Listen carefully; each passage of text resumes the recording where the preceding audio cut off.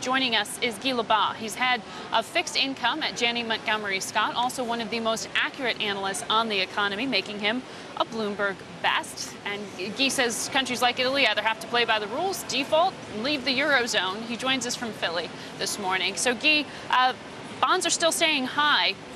What is going to bring relief to Italy?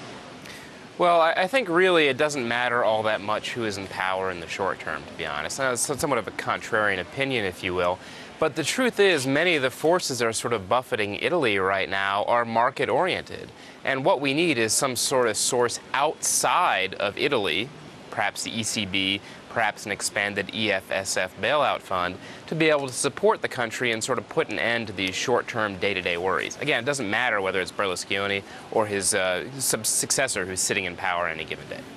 But do you want to see an expansion of bailout funds?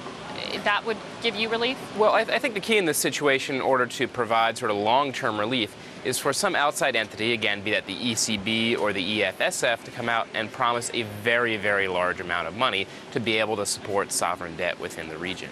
And I'm not just talking about Italian sovereign debt either. I'm talking about French sovereign debt. I'm talking about all of these issues that are sort of non-German. Spanish sovereign debt. You look at the yields there, and those are creeping pretty close to 6% yield as well.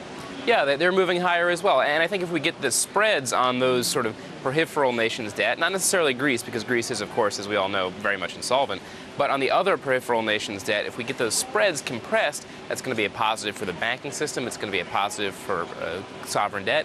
And as a result, we can get these countries to reform in a reasonable and rational way over time.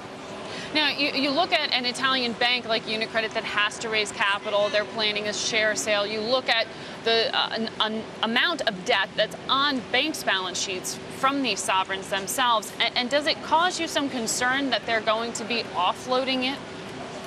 The only sort of nation that causes us concern with regard to banks' holding of their sovereign debt is Italy. Italy, as you know, is the third largest sovereign debt issuer in the world after the U.S. and Japan. They have about €1.6 trillion outstanding. And of course, every bank in Italy and just about every bank on the continent of Europe holds a substantial amount of Italian debt.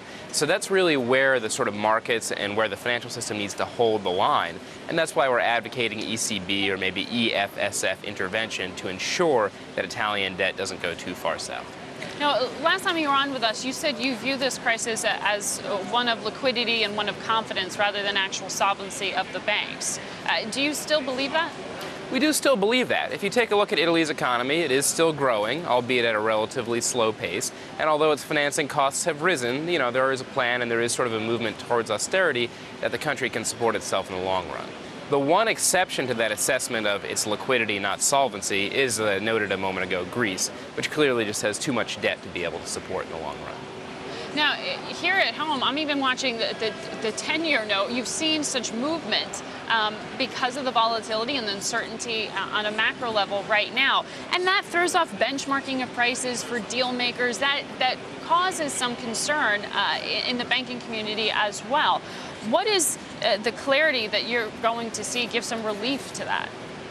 Well, I think the last couple of days we've actually seen volatility in U.S. Treasury yields calm down a little bit, and the net result has been, for example, on Monday, nearly $20 billion of corporate debt deals getting priced. So you're absolutely right. The volatility has sort of slowed down some of the normal market functioning that really needs to go on. You know, I think as the sort of drip of headlines continues, investors here in the U.S. are going to get a little bit tired, if you will.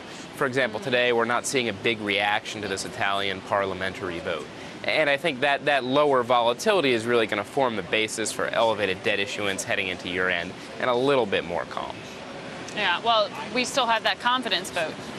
Yes, absolutely. And again, I'm going to reemphasize that who remains in power doesn't necessarily matter quite so much as the fact of the sort of outside support for Italy, because obviously whatever's going on internally doesn't seem to be enough. All right, Guy LeBas, thank you very much for giving us your perspective this morning.